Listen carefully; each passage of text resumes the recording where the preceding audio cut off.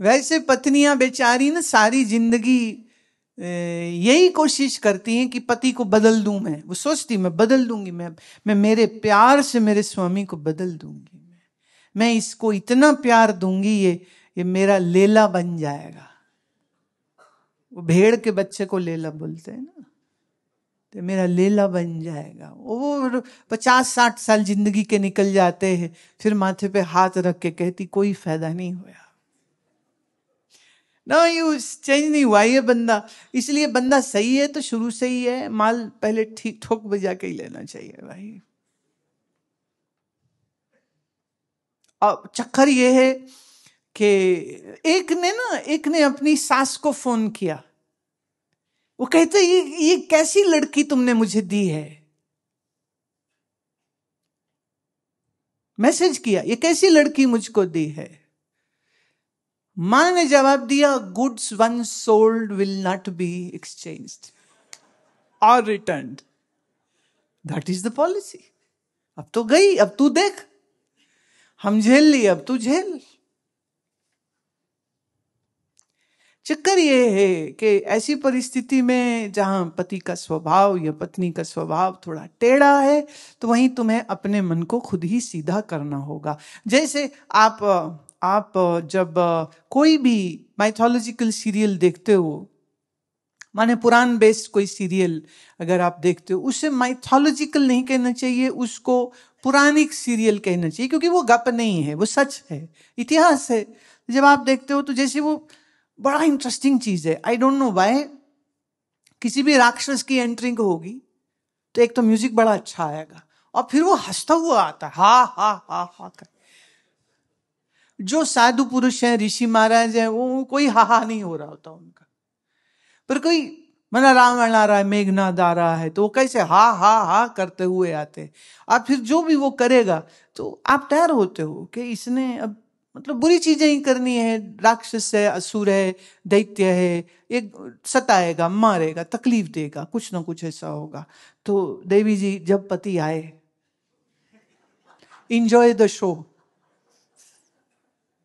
कि 4 गाली देगा, इंजॉय द शो। बस अब मेरी बात याद रखना, बस उसके सामने हंस मत पड़ना। तो सेफ रेंज में रहते हुए इंजॉय द शो। क्या करोगे अब? एयरपोर्ट पे, ये सच्ची घटना है, हम लोग एयरपोर्ट पे फ्लाइट में समय था, वहां बैठे थे, तो एक औरत बहुत बहुत बहुत बहुत बहुत कड़वा ऊंचा बोल रही। पास में एक फैमिली बैठी हुई थी, तो उनका बच्चा 5-6 साल का होगा। वो कहता, मम्मी इसका म्यूट बटन कहां होगा?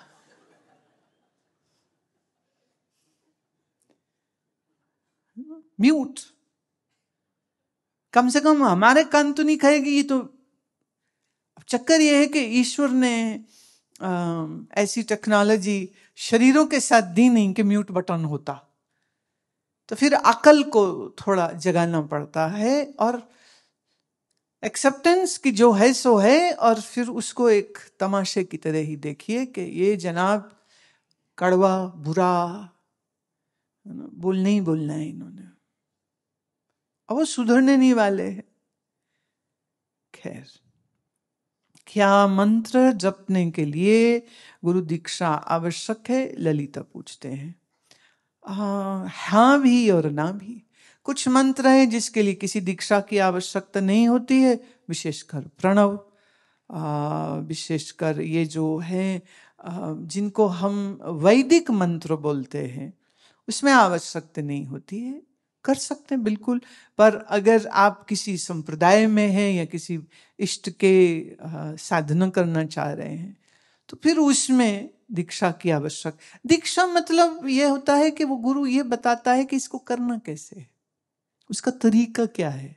क्योंकि गलत और सही भी तो तरीका रहता है, तो सही तरीका क्या है वो जानने के लिए एक संबंध बनाना बहुत आवश्यक होता है।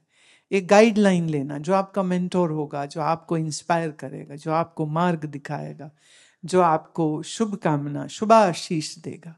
उस आशीष के बगैर तो कमी सी रह जाएगी। इसलिए पर ओंकार करना हो, गायत्री करना हो, उसमें आवश्यकता नहीं होती है।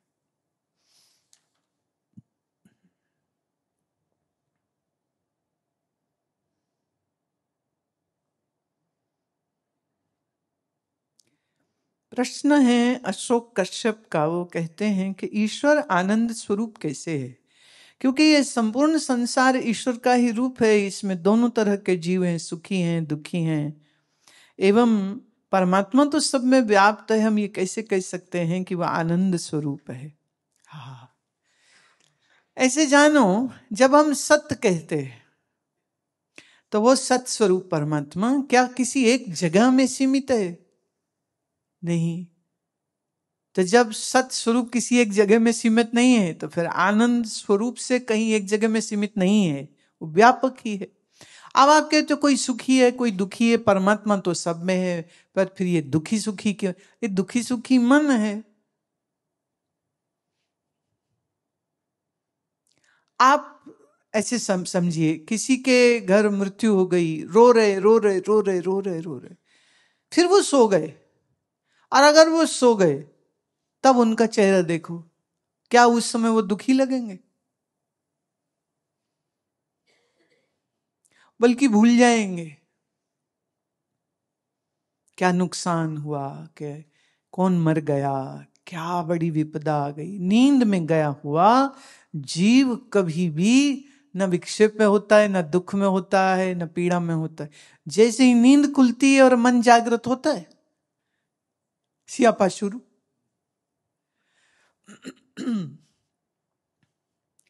तो दुख सुख की अनुभूति मन के तल पर है, पर इस मन का बेस कौन है? वो बेस तो आनंद स्वरूप है। इसलिए संतों ने कहा, अगर आप मन के मूल पर चले जाओगे तो वहीं आनंद ही मिलेगा। तो ध्यान, मंत्र आदि, प्राणायाम आदि, धारणा ध्यान आदि, इस सब करके हम अपने ही इस मन के मूल को ही तो खोज रहे हैं। कौन है इस मन के मूल में? मूल में आनंद है। पर अगर मूल नहीं पहचाना तो फिर मन में दुख है। जैसे धूप निकली है, सूर्य है, पर तुम आंख बंद कर लो और आंख पर कोई ब्लाइंड लगा लो, ब्लाइंड फोल्ड कर लो, तो तुम हाँ बड़ा अंधेरा है, बड़ा अंधेरा है, बड़ा अंधेरा हो गया। अंधेरा है कि तुम्हारी आंख पे पट्टी है। ऐसे ही आनंद स्वरूप परमात्मा तो व्यापक है, पर आपको दुख लग रहा है क्योंकि तुम्हारे मन की अकल पर पट्टी बंधी पड़ी है, तो पट्टी उतारनी पड़ेगी।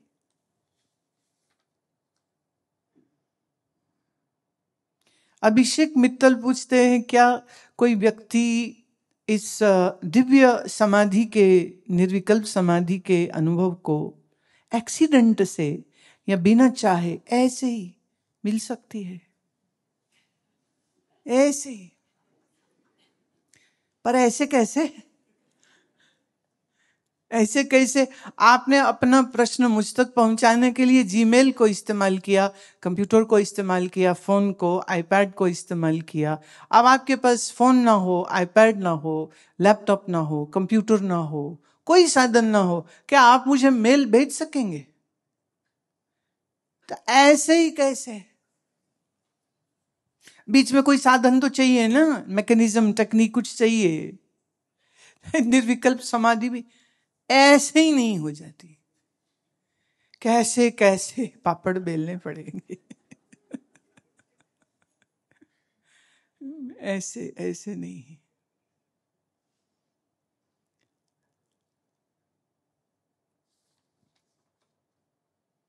चक्कर ये जो लोग सोचते हैं ना बस ऐसे ही हो जाए, तुम अब तैयार रहो, तुम्हें कोई बेवकूफ बनाएगा। वो कहेगा बन मेरा चेला। अब मैं नाम नहीं ले सकती हूं क्योंकि मैं लेना नहीं चाहती हूँ, वो खामखा मैं उनको इंपॉर्टेंस नहीं देना चाहती हूँ।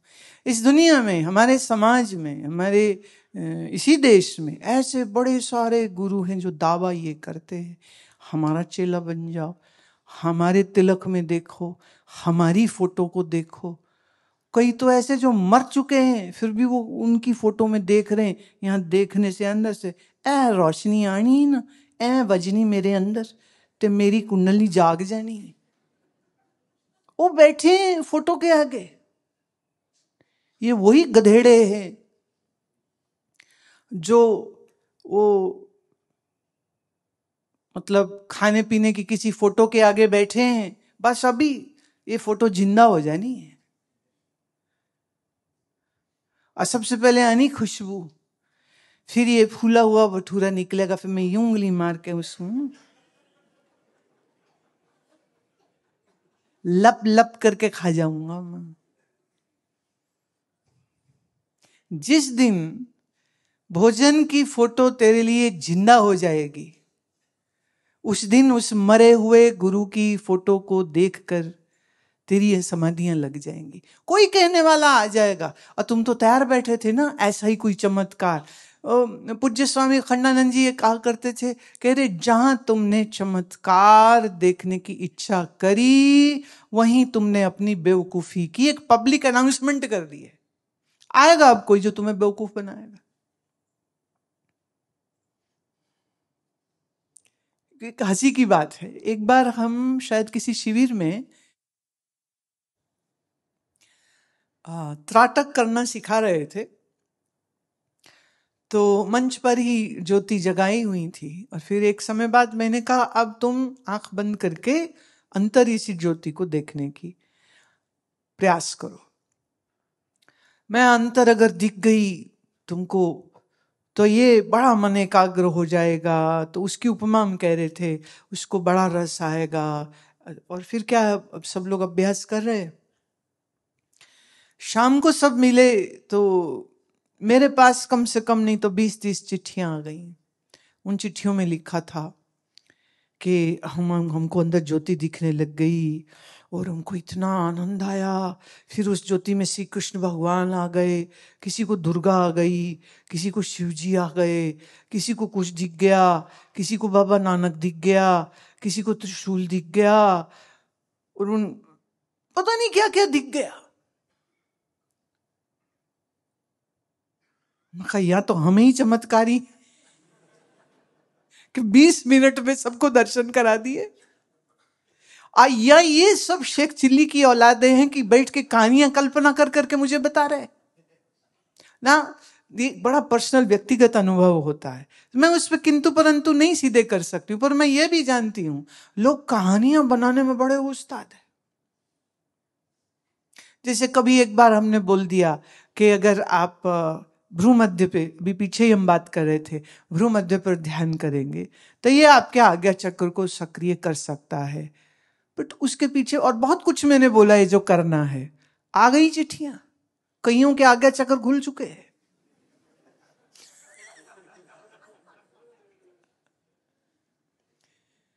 ऐसे ही एक बार बोल दिया, जो अच्छे से साधना करते उसको स्वप्न में संतों के दर्शन होने शुरू हो जाते। उस अगले महीने इतनी चिट्ठियां आई, आप मेरे सपने में आ गए। कईयों को मेरे सन्यास गुरु सपने में आ गए, कईयों को कोई सिद्ध आ गए, कईयों को कोई योगी आ गए।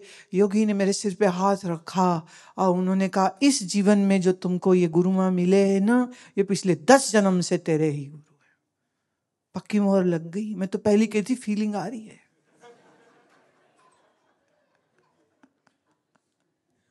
कैसी कैसी फीलिंग आ जाती, ऐसी कल्पना की उड़ान चलती है कि बस क्या ही कहने।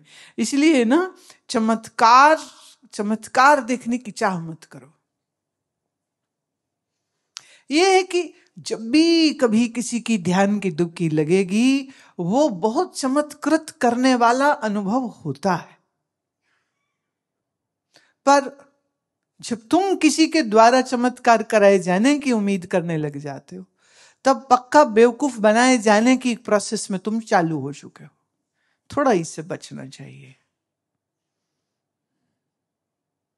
सूरज सोनी पूछते हैं, जब मैं श्वास को देखने वाला अभ्यास करता हूं तो शरीर में झटके महसूस होते हैं, रात नींद में भी झटके लगते हैं। मेरी नींद का पैटर्न और सांस लेने की प्रक्रिया बिगड़ चुकी है। कई बार मुझे मुंह से सांस लेनी पड़ती है। मेरी एकाग्रता अच्छी नहीं है। मूड स्विंग्स होते हैं और मैं बहुत भावुक हो जाता हूँ। कृपया मार्गदर्शन करें, मैं मन को कैसे शांत करूं। अब इन्होंने शुरुआत लिखी कि मैं वाचिंग ब्रेथ मेडिटेशन करता हूं, और आगे बेचारों ने खुद ही अपना पूरा चिट्ठा खोल दिया है। ये झटके लगना, नींद, सांस का पैटर्न बिगड़ना, मुंह से सांस लेना, एकाग्रता अच्छी ना होना, मूड स्विंग्स होना। तो अभी तो सूरज जी मेडिटेशन से आप बहुत दूर है, इसको मेडिटेशन कहते भी नहीं। जब आप मुंह से श्वास लेते हैं, ये सबसे ज्यादा शरीर के लिए हानिकारक चीज होती है। एक दूसरा, आपके श्वास लेने में अगर एक बैलेंस या एक रिदम सही नहीं है तो जैसे बहुत लोग हैं वो श्वास बहुत छोटी लेते हैं, और बहुत लोग हैं जो श्वास झटके से छोड़ते हैं। बहुत लोग हैं जिनकी ये श्वास लेने और छोड़ने में गैप्स आ जाते हैं, पॉजेस आ जाते। क्यों आते हैं? क्योंकि वो कुछ सोच रहे होते हैं, और चूंकि वो बार बार सांस रोक लेते हैं, उनकी रुक जाती है, इसलिए फिर हर थोड़ी देर में ऐसा कर रहे होते। खुद तुम करो तो, या तुम्हारे आसपास कोई करे तो नोट कर लेना, वो सांस ठीक से नहीं ले रहे हैं, इसलिए उनको एक लंबी लंबी सांस थोड़े थोड़े समय के बाद या तो सांस बाहर छोड़ते हैं या थोड़ी थोड़ी देर में सांस यूं लंबा लेते हैं। अगर आप लंबा तेज सांस ले रहे हैं या बीच बीच में लंबे लंबे सांस, जिसे आहें हम कह सकते हैं, छोड़ रहे, ये चिन्ह होता है कि आप श्वास ठीक से नहीं ले रहे, आपकी रिदम बिगड़ गई है। और दूसरे, आपका मन बहुत ज्यादा सोचता है, और पुराने दुख हैं बड़े सारे, छाती पे लिए लिए घूमते रहते। कभी वो याद आ जाता है, जब मैं चौथी में पढ़ता था मेरे को टीचर ने मारा था, वो आज भी याद है। 70 साल का हो गए, चौथी की मार याद है। लुधियाना में एक सज्जन मुझे कई मिलने आए, जैसे ही वो मिलके गए तो ये कहते ये जो है ना मेरा क्लास फेलो था, इसने ना मेरी पेंसिल चुराई थी।